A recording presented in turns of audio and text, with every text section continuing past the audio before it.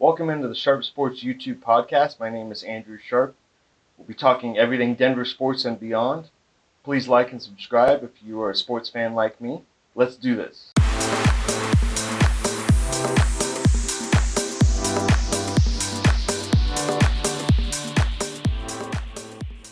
Well, the Denver Broncos begin their 2024 season with a loss, 26-20, in Seattle. Is your final score. A lot to cover from this opening game of the season. Really, the game had a feel of an extended preseason game.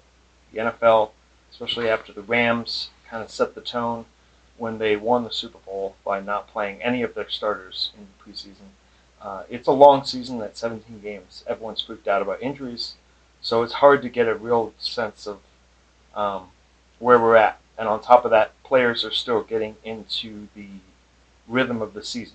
So, in saying that, Broncos and Seattle first half was kind of sloppy on both teams. Defenses dominated, which wasn't a complete surprise. But as you went along with it, it became apparent that Bo Ricks is a rookie, which is okay. I'm good with it. Let's keep developing. Draft and develop, draft and develop, draft and develop. And so he's got to have time to develop. It's going to take time. Everyone wants a finished product. The broadcast actually did a fairly decent job of showing some week one quarterbacks, John Elway included, who had much worse statistics finally than Bo Nix did at the end of this game. Broncos started on defense as Seattle kicked off the ball. Good to see Jonathan Cooper getting some early pressure on the Seattle offensive line. Broncos were doing pretty good. Interesting broadcast note. I know the broadcasters talk with the head coaches before many of these games. Interesting to hear them say that Sean Payton could never quite get things figured out with Russell Wilson, which I find hilarious. By the end of the season, Sean was screaming at Russell on the one of the Bronco games on the sideline. He couldn't stand the guy. So the idea that it never quite figured things out, no, it just didn't fit. Two incompatible personalities fighting on the sideline, etc. Broncos defense took advantage of a very poor Seattle offensive line play in the first half. Broncos ended up with not one, but two safeties on defense in the first half. I can't recall an NFL game where I've seen two safeties in one half. I have to go back and do some research on that to find out how often that happens. So Broncos looking kind of like their own selves on defense, which is a good thing. Doesn't have the star power anywhere close to it of the height of their 2016 defense, and they do miss some of the guys who have moved on from this team. But it was good to see Jonathan Cooper really getting some pressure on there. Zach Allen also had a pretty good game. Definitely included some interior pressure that was good. Pat Surtain looks like a number one corner, playing very well, coming off his brand new minted 4-year, $100 million contract. They had him on Metcalf most of the game, which is what I would expect. They should have Pat Surtain on Seattle's best receiver at all times, which means Riley Moss is going to get thrown on a lot. And Riley Moss had some rookie moments as well. He wasn't bad, but he's definitely he's going to be a busy man through this 2024 season. So he needs to keep developing. Again, they're playing a bunch of young guys throughout this team, especially on defense. But they were really quite dominant. Broncos played very good in the first half. Second half was a different story, and we'll get to that a little bit. One thing I also, going back on the Broncos, would have loved to see was just getting Javonte Williams into more of a rhythm. It seemed like Sean Payton was jumping around between Javonte Williams, Jaleel McLaughlin, and Edric Estime. And I understand that he's trying to figure out who's who, sort of the pecking order. But I think Javonte is starting to look like his old self again, pre-ACL. But he's one of those backs, too, that gets better as the game moves on. In their defense, the Seattle run defense was pretty good. I felt like the Broncos O-line played okay, but they were not opening up crazy holes for any of the running backs. But we needed to definitely keep developing the run game, keep running it. I know it's boring. I know it's not super exciting, but it's the formula for this team to win some games because they're not some juggernaut offensively yet. They're just not, which is okay. We're in a rebuild. Sean Payton's in year 2 of a rebuild. And the way to gain confidence with young players is to control the game, control the lines of scrimmage, and kind of take it old school. And they were attempting to do that. Did okay with it in the first half. And the only other thing I would say with Nick, as he went along in the game, he started to get better. He was doing okay on completions, but beginning in the first half, at one point he was 8 for 11 for 22 yards. So basically, quick passes, but also passes that aren't going very far down the field. So definitely need to expand the offense as it goes along, which I think they will.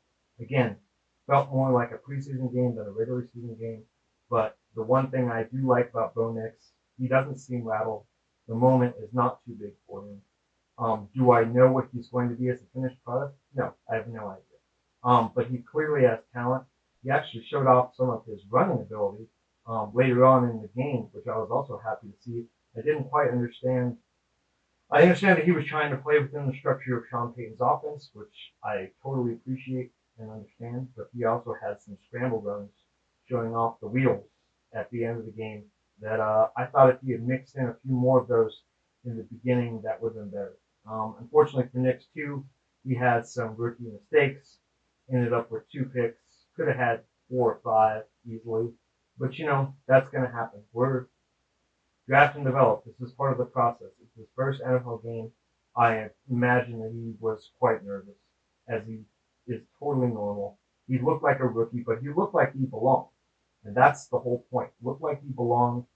Didn't look like the moment was too big for him. Was running the offense. Seattle is about probably the first, second, or third hardest environment to go into. That crowd was fired up. It was a gorgeous day in Seattle, so weather was not an issue, but that team, they're ready to go. So, and that's a more veteran club than the Broncos at the moment. And so, Bo Nix passed his first test.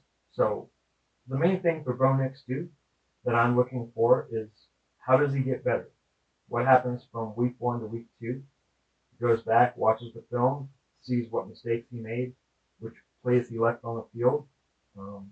Certainly cleans up some of the passing. Don't throw into triple coverage, which he did a couple times.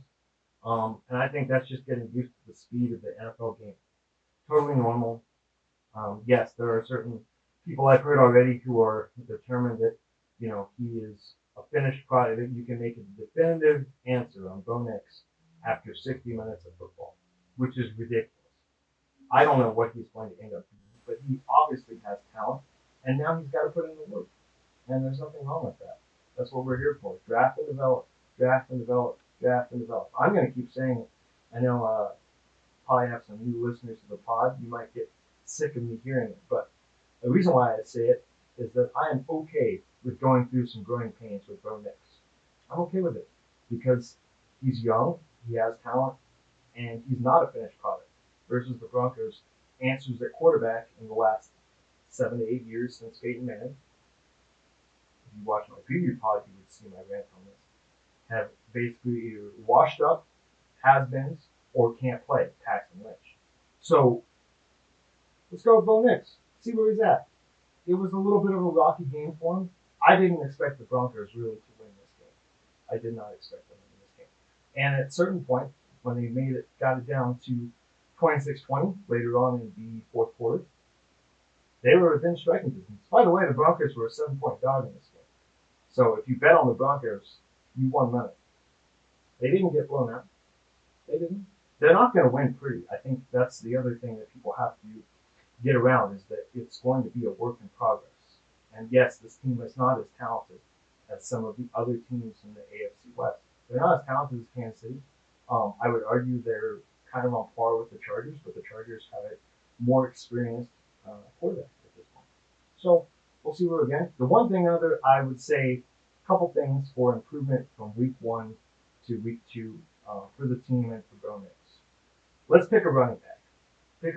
Let's either do Javonte 1, I would say McLaughlin 2, and leave it at that. Second thing is, I don't know what happened to Bo's safety blanket, Greg Dulcich. He had 2 passes caught, 2 passes for, I believe, 14 yards. So, Greg Dulcich, please pick up the courtesy phone. Please help your young quarterback out. Let's get the tight end more involved. Looking at Denver's efficiency on third down, yeah, they finished with 5 for 18 on third down. And they were also in third down a lot because they weren't picking up many first downs on first or second down. So they went third and long. It felt like just about every quarter they were in a third and long, which means 9 or 10 yards at least a game all the time. So 5 of 18. If we can get that up to 50%, 60% completion of third down efficiency, that would have helped tremendously in this game. The other thing I would say, penalties luckily were not terrible, especially for a game that had a preseason feel to it. And Denver managed to, as a team, managed to get a decent amount of rushing attempts, but only 25. They averaged 4 yards a carry, which isn't terrible. But I would be a lot happier if Bo Nix wasn't passing quite as many times if them to win, because he passed 42 times.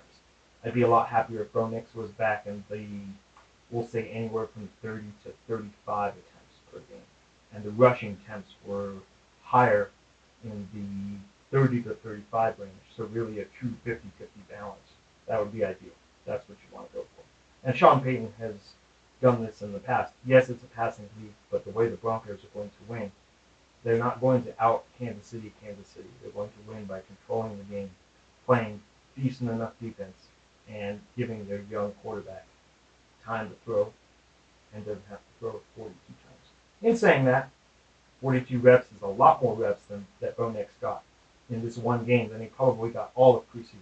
So, homework time now for Bo Nix. Go back, study the film, get better, because the next opponent coming up is a lot better on defense than the Seattle Seahawks, and that would be the one Pittsburgh Steelers led by superstar T.J. Watt.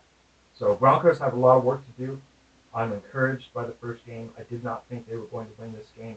Yes, it was some ugly football at certain points, and they definitely need to improve on third down and sustain some drives to keep their defense fresh off the field. It's week 1. I'm not going to overreact. If this continues, we'll have that discussion. But for now, Broncos fall 26-20 to Seattle in Seattle. Thanks for tuning in. And my name is Andrew Sharp, Sharp Sports 82 podcast. And we'll look to tune in next week as the Broncos host the Pittsburgh Steelers for their home opener next Sunday. And I think the Broncos have a very good shot at this game, but it's yet to be determined, and I can't wait to react to it. Once again, my name is Andrew Sharp, Sharp Sports 82 podcast. If you like this video, please like and subscribe, and I look forward to talking more Broncos with you next week. Peace.